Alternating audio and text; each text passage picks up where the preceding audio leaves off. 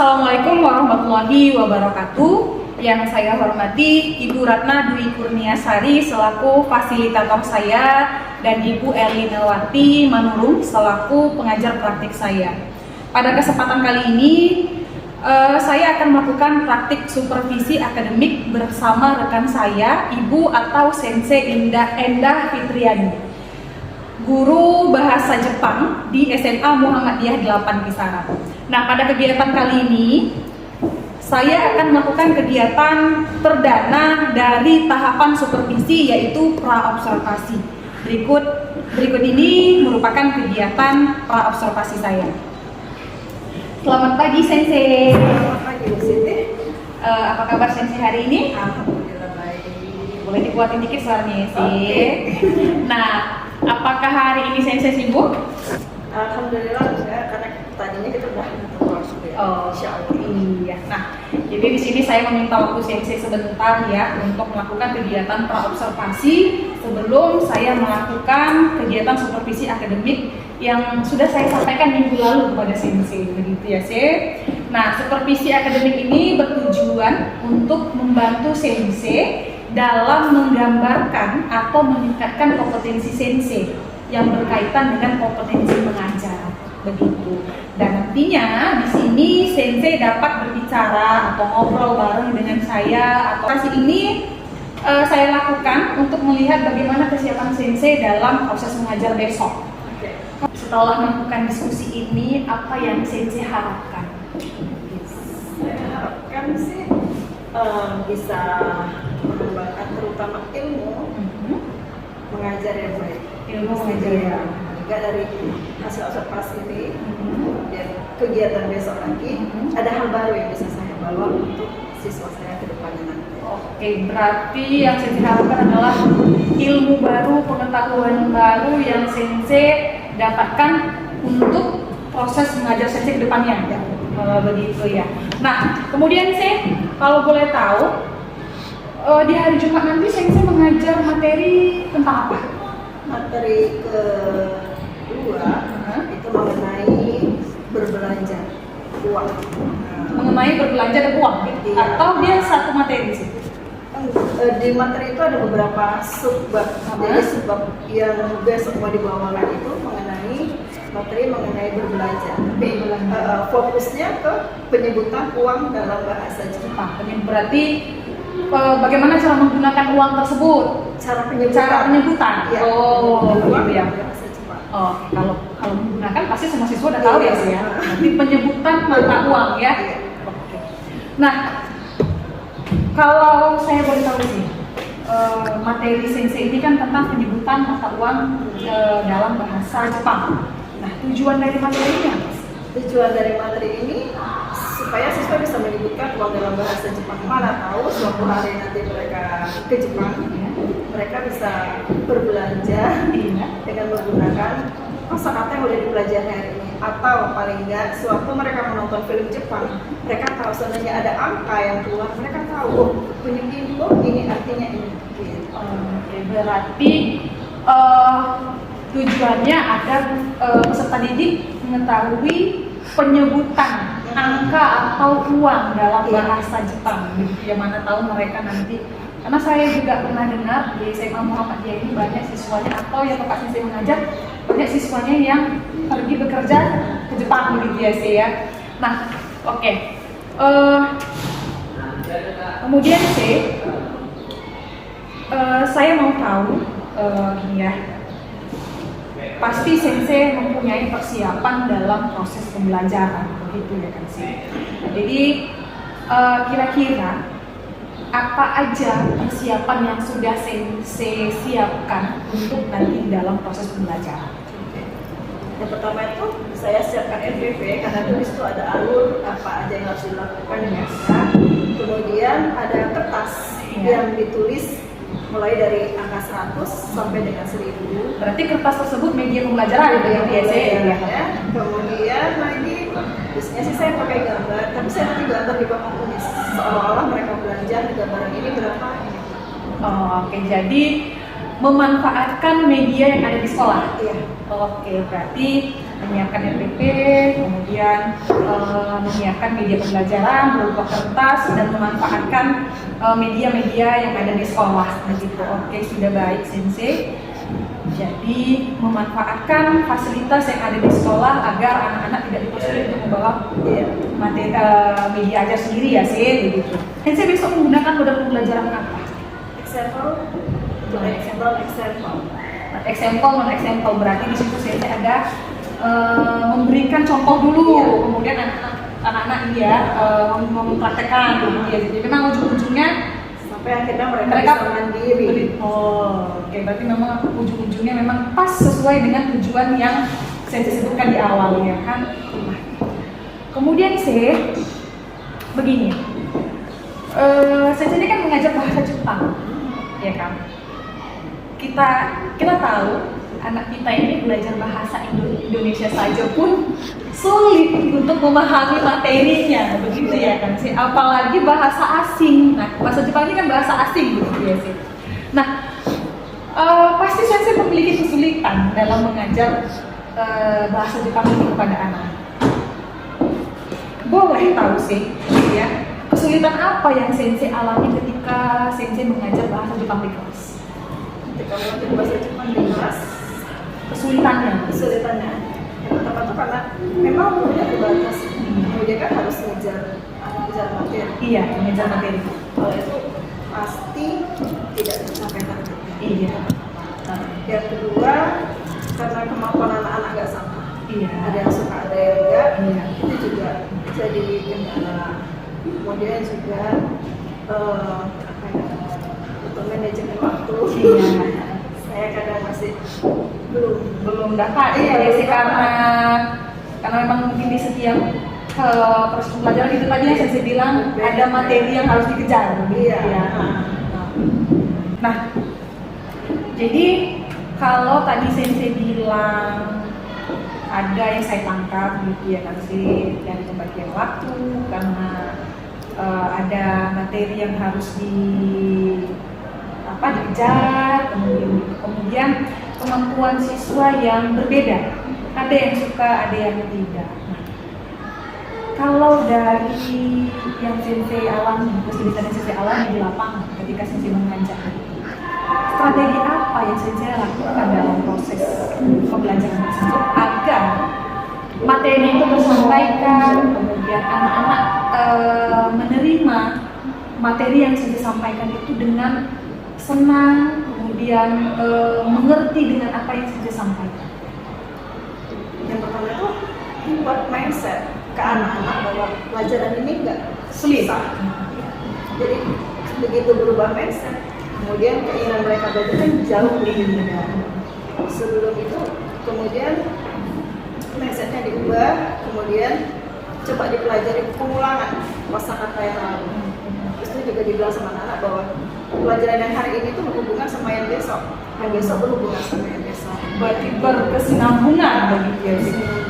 Jadi saya kalau misalnya untuk anak-anak yang misalnya dia suka belajar bahasa Jepang, dia pasti otomatis yang suka ini pasti memiliki pengetahuan lebih daripada siswa yang tidak suka.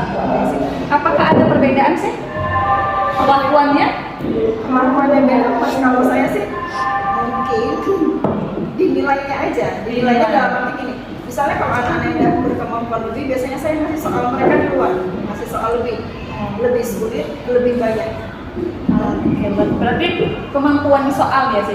Kalau misalnya pemberian materi, apakah ada perbedaan seperti berdiferensiasi begitu sih? Jadi misal anak yang kurang paham ini atau anak yang memang dia tidak suka, mungkin saya akan membedakan pembelajarannya, materi sama, cuman mungkin lebih membedakan misalnya nanti mungkin saya buat video atau yang ini ya. Ada tidak seperti itu? Cuma speed cara belajarnya lebih dilambatkan aja. Kalau yang tadi itu misalnya dari terpantuk saja mereka bisa, tapi kalau yang nggak bisa harus datangi satu-satu kesulitannya di mana yang nggak bisa dihafal, mana yang kayak diingat. Berarti model memberikan contoh begitu ya sih, tadi yang sebutkan example ya sih ya. Nah, kemudian sih terkait persiapan Sensei yang sudah Sensei lakukan, pasti ada beberapa hal yang masih kurang ya sih yang saya lihat begitu ya Sensei.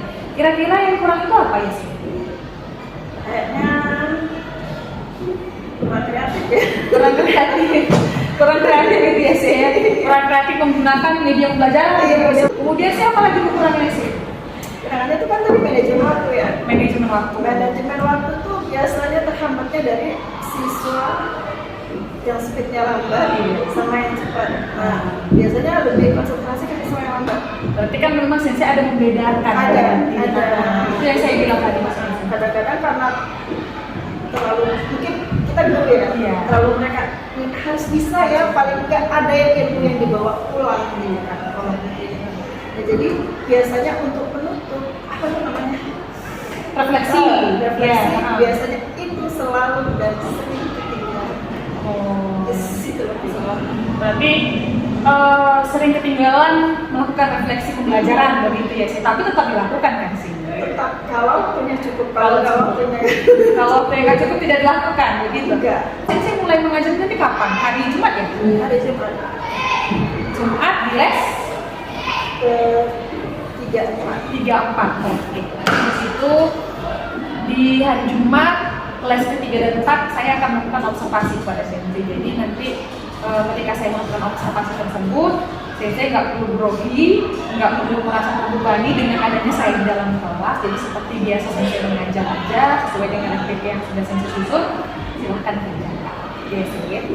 Nah, dari persiapan yang sudah sensei lakukan, kemudian lihat nanti hari Jumat nanti sensei pasti sudah ada dalam pikiran sensei, oh saya membuat pembelajaran yang menarik gitu kan sih. Apakah sensei memerlukan bantuan gitu? Nah, siapakah yang dapat membantu sensei dalam mempersiapkan kekurangan yang sensei sebutkan tadi? Jadi sensei bilang kurangnya penguasaan waktu, kemudian kadang sering tidak melakukan refleksi begitu ya kan sih. Satu lagi mungkin terhambatnya pembelajaran karena siswa yang kemampuan siswa begitu ya kan sih. Jadi adakah kira-kira yang dapat membantu sensei dalam persiapan mempersiapkan kekurangan tersebut?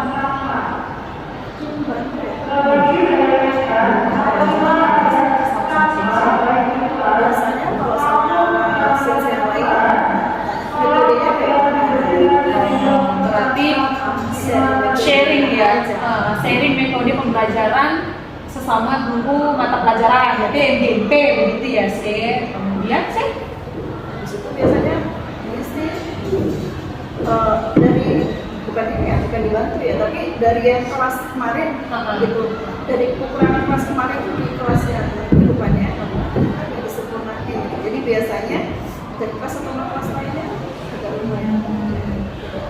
berarti guru mata pelajaran membantu sensei begitu ya untuk mencari metode apa, kemudian bagaimana membuat materi yang baik begitu ya sih. Jadi ada yang membantu. Dari semua persiapan sudah sensei lakukan. Tentunya dari diri sensei sendiri ingin membangun kompetensi agar proses pembelajaran yang sensei lakukan itu berjalan lebih baik lagi dari yang sebelumnya. Begitu, yang sebelumnya sudah baik, nah pasti kita menginginkan lebih baik lagi untuk perubahan di kelas yang kita lakukan.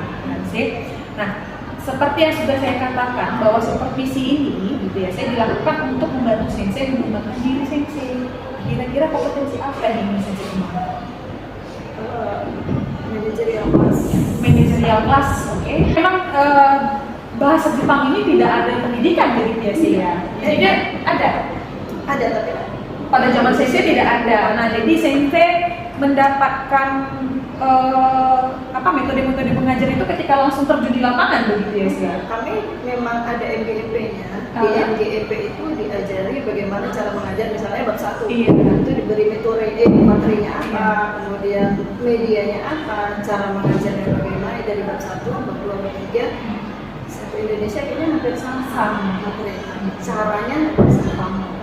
Berarti manajerial waktu ya seperti itu. Itu aja sih. Lain sih. kurang bisa lah ngimbangi antara anak yang satu sama anak yang lainnya. Sama sih saudara manajerial kelas juga sih sebenarnya. Jadi masih di dalam itu juga ya, dalam manajerial kelas. Ya, itu kemampuan berbahasa ya. Pengennya sih di kelas itu pakai bahasa Jepang. Cuma karena kemampuan anak ya mungkin nanti kalau misalnya pakai bahasa Jepang perintah anak apa tuh sih? Hah? Bahasa saja? Nah, gitu. Jadi buang waktu. Nah, terkait dengan kompetensi yang ingin Sensei kembangkan yaitu manajerial waktu, manajerial kelas, BPSC, pasti Sensei memiliki strategi tersendiri untuk dapat mengembangkan kemampuan Sensei tersebut. Nah, bagaimana strategi Sensei? Bagaimana strategi yang Sensei lakukan untuk mengembangkan kemampuan Sensei tersebut? Rencananya sih, rencananya kalau waktu kayaknya harus dikasih batas ya. Batas. Memang harus ada sendiri dulu bukaan, terus itu buat anak yang lancar, buat anak yang nggak lancar. Kayaknya harus ada batas waktu, nggak harus berhari-hari bisa kali semuanya. Berarti kalau membatasi waktunya dengan apa sih? Rencananya, kayaknya lebih latihan ringan. Latihan ringan. Iya. Oke. Tapi tidak menulis ya, tidak menulis. Kemudian kalau untuk bahasanya ya ditambahilah yang darinya cuma selamat pagi ya tambah apa kabarnya tambah coba ulangi lagi coba selanjutnya siapa kayaknya ya. Selain itu sih Lagi ya kreatifnya kayaknya harus lebih kreatif gitu ya supaya anak-anak lebih tertarik untuk belajar. Iya. Memang saya bilang itu sih di awal saya bilang anak kita ini untuk belajar bahasa Indonesia saja kok susah memahami gitu ya, apalagi yang bahasa asing yang penyebutannya itu sulit begitu ya kan. Saya makanya di sini saya membantu Sensei bagaimana sih biar supaya proses pembelajaran itu lebih menarik begitu ya kan. Kita di kegiatan observasi tersebut nanti saya melihat bagaimana Sensei melakukan pembelajaran. Nanti kalau ada yang kurang atau yang misalnya sudah bagus, nanti saya memberikan refleksi atau masukan kepada Sensei begitu. Oke sih, sebenarnya sudah baik sekali apa yang sudah Sensei sebutkan, apa yang sudah Sensei rencanakan ini sudah baik sekali. Nanti di sini saya akan membantu Sensei dalam kegiatan observasi. Tadi saya bilang, jadi nanti dalam kegiatan observasi tersebut saya cuma melihat bagaimana Sensei mengajar. Jadi makanya saya bilang tidak perlu terbebani dengan adanya saya di kelas. Mungkin itu saja sih. Semoga pertemuan kita ini dapat membuka pikiran kita berdua, Sensei juga itu, kemudian ya, supaya pembelajaran kedepannya lebih baik lagi. Kira-kira Sensei siapnya kapan sih untuk pertemuan berikutnya? ya setelah observasi Iya, atau di minggu berikutnya kali ya, saya Jumat atau di Senin, Selasa kali ya saya di Selasa ya. Oke lah sih, baiklah. Mudah-mudahan nanti di hari Jumat tidak ada halangan apapun. Semoga kita masih bisa ketemu lagi di hari Jumat ya sih. Makasih Sensei. Oke, baiklah. Demikianlah kegiatan coaching kita pada hari ini dalam kegiatan supervisi akademik di tahap praobservasi dengan Sensei Enda Fitri. Terima kasih. Wassalamualaikum warahmatullahi wabarakatuh.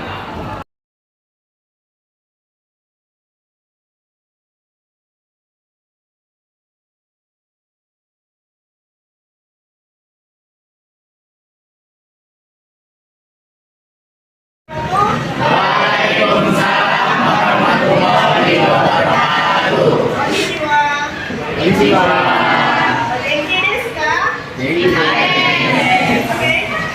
Hari ini kita belajar mengenai dua apis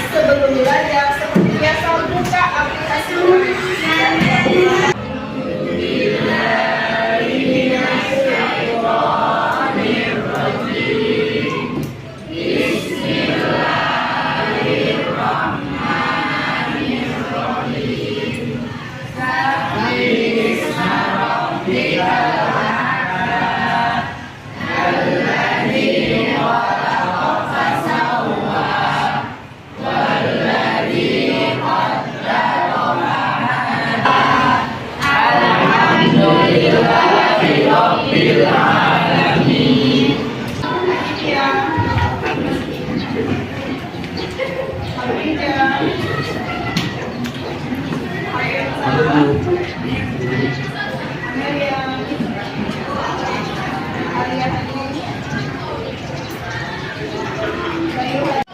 ini kita berbicara mengenai uang. Sampai nggak Pak Jajan? Sampai ya?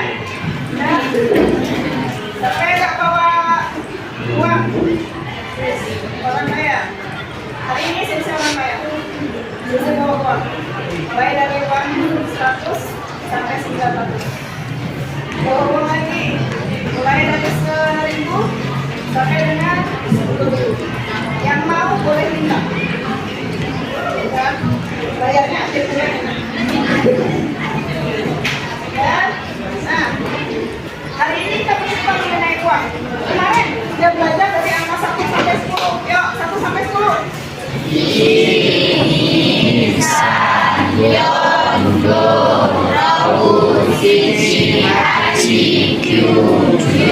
Satu orang yang nekat mulai dari 10 sampai 1. Satu orang yang nekat dari angka 10 ke angka 1. Kalau dari 1 ke 10, sekarang dari 10 ke 1. Ya, Amel.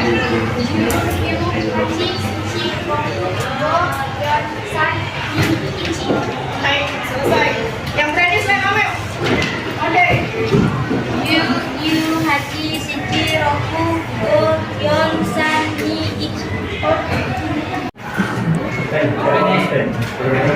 Kane. Ya, uang bahasa Jepangnya okane. Uang. Siapa yang tahu sama uang? Ya. 100 bahasa Jepangnya yen. Ya.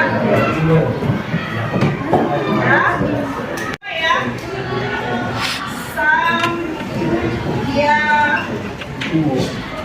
Ya. Penyebutannya sama, 100, 200, angka 2 apa, 100 apa. Yang istimewa, yang saya tulis sama yang istimewa. 400, 500, 600, istimewa ya.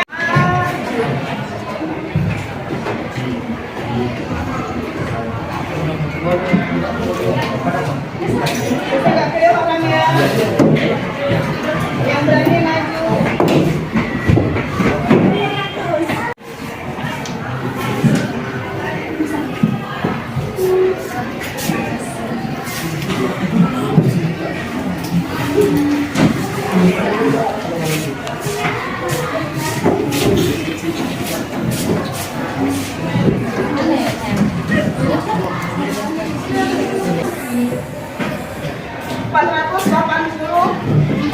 Bahasa Jepangnya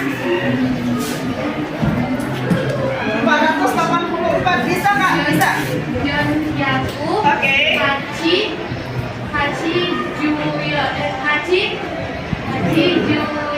Tarik napasnya. Pulang nggak?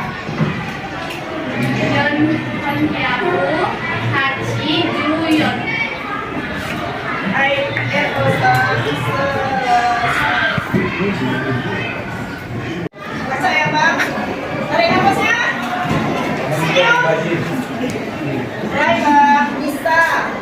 Jangan nengok. Nantinya Bang.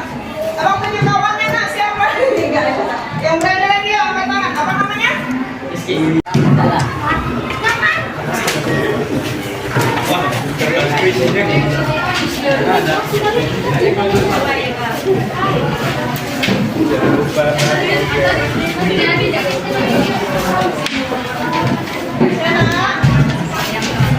Silakan tulis angka. Pakai nama ya. Namanya siapa? Tulis angka mulai dari 100 sampai dengan 9.000. Pilih terserah.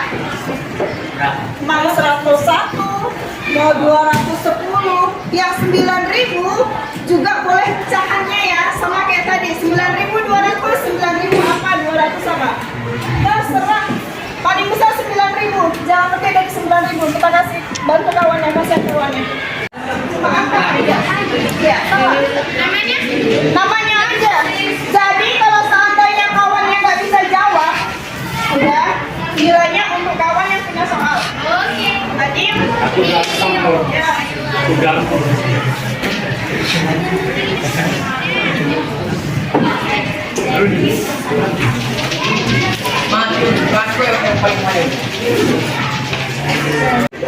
bisa kita lah.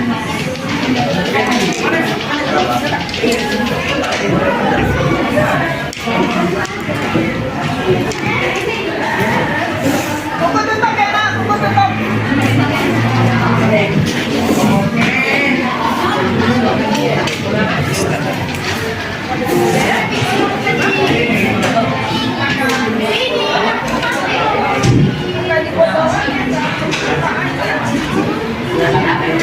Jawabannya ada yang jawabannya tidak ada yang jawabannya.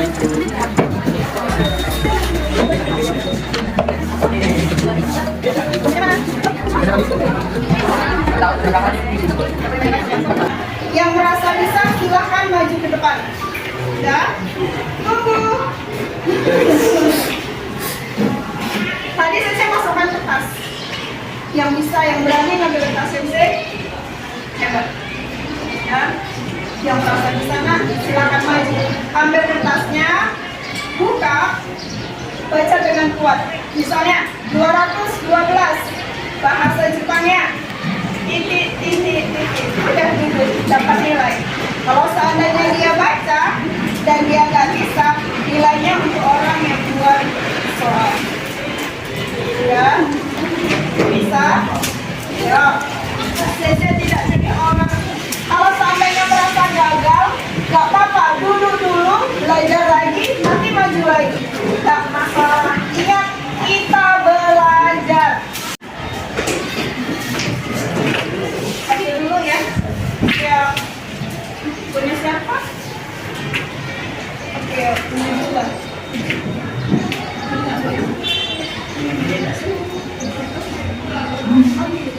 Bahasa Jepangnya 1000 adalah sen.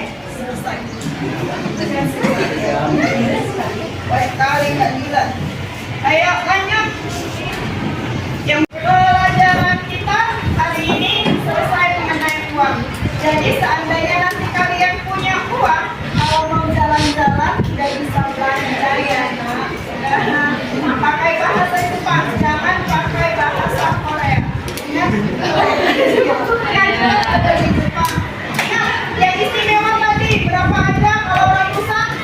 Ada nomornya lagi. Yang istimewa seribuan. Oke. Sebelum selesai, ada yang mau ditanya? Yakin? Pelajaran saya sampai hari ini. Assalamualaikum warahmatullahi wabarakatuh.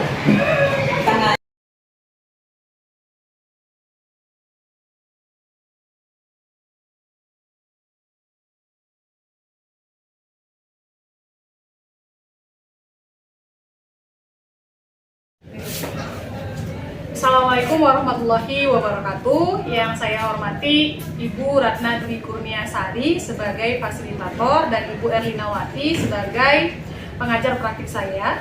Pada kesempatan kali ini saya akan melakukan kegiatan supervisi akademik pada tahap pasca observasi dengan rekan saya Sensei Enda Fitriani. Nah, pada tahap ini nanti saya akan melakukan coaching untuk supervisi akademik.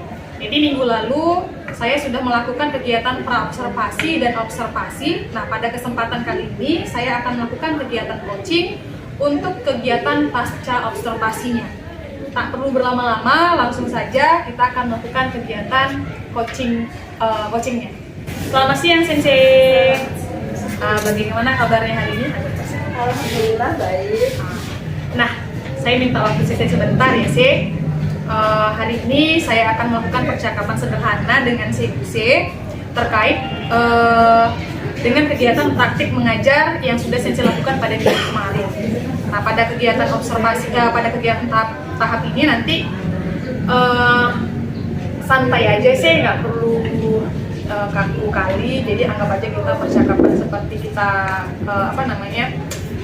diskusi gitu ya sih. Nah, Jadi dari percakapan hari ini pada tahap pasca observasi ini, apa yang ingin Sensei dapatkan?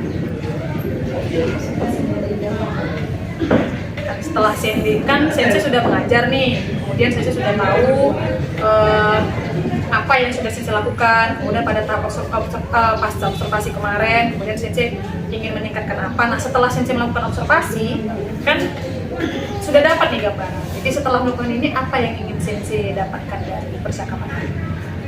Kayaknya sih paling ya kekurangannya di manajemen kelas, manajemennya kayaknya bisa lebih bagus. Kayaknya kemarin juga ada pikiran gitu. Iya. Apa sih? Apa? Refleksi. Refleksi itu yang memang selalu Ketinggalan di situ. Jadi inginnya nanti setelah dari percakapan ini, Sensei ingin dapatkan bagaimana sih sebenarnya refleksi itu bisa dilaksanakan dengan baik. Nah, sebelumnya yang saya ingin tahu gitu sih, bagaimana perasaan Sensei setelah melakukan praktik mengajar minggu lalu? seneng sih. Kelas kan mulai bisa dari awal ngobrol mulai bisa kita letakkan mana manajemen waktunya, kemudian ingat sama refleksi gitu. Udah mulai bisa, cuma mungkin butuh waktu ya. Butuh waktu belajar. Berarti memang sudah ada peningkatan dari pra observasi, kemudian Sensei melakukan observasinya, baru dari kedua rangkaian tersebut Sensei sudah bisa, oh ternyata aku harus begini, begitu ya kan sih. Nah, jadi begini sih, dari kegiatan pra observasi, kemudian observasi gitu kan, apa yang sudah Sensei lakukan, tentunya ada hal-hal yang perlu Sensei perbaiki begitu, karena ada mungkin ada kurangnya di sini, ada kurangnya di sini, mungkin begitu kan. Jadi adakah rencana perbaikan ke depannya yang akan Sensei lakukan? Rencananya itu kayak bocah tatap kecil ya, apa kekurangannya di kelas ini, apa kekurangannya di kelasnya. Jadi kalau misalnya untuk buat modul di tahun depan itu bisa jadikan acuan. Bisa jadikan acuan. Jadi modul misalnya di RPP dimasukkan begitu. Oh, gitu. Jadi untuk perbaikan ke depannya akan membuat catatan-catatan kecil yang nantinya ke depannya untuk perbaikan ketika membuat modul ajar begitu ya sih. Kalau begitu begini sih.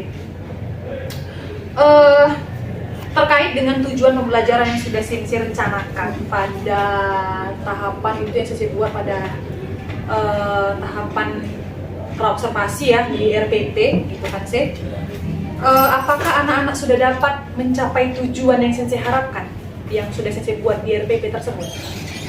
Kalau dalam pembelajaran yang semalam, Insya Allah udah ya kurang lebih 85%. 85% tercapai. Gitu kalau untuk dasar ya, tapi kalau untuk kelanjutannya masih perlu waktu untuk latihan lagi.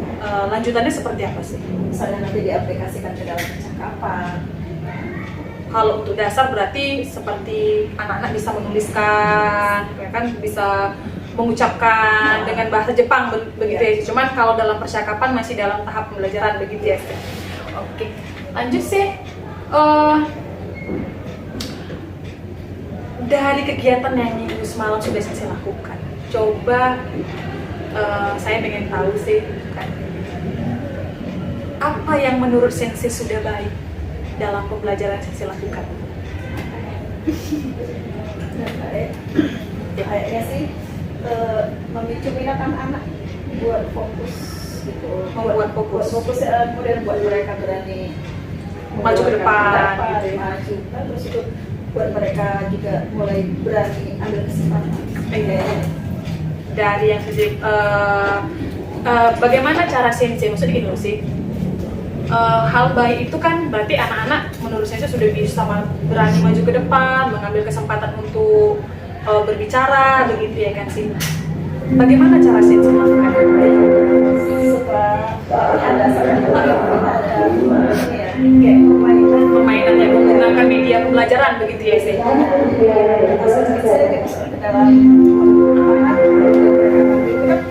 Maksudnya mereka mulai berani untuk mulai permainannya, kemudian mulai mengambil kesempatan. Siapa yang berani, saya nggak boleh olahraga, siapa yang berani maju.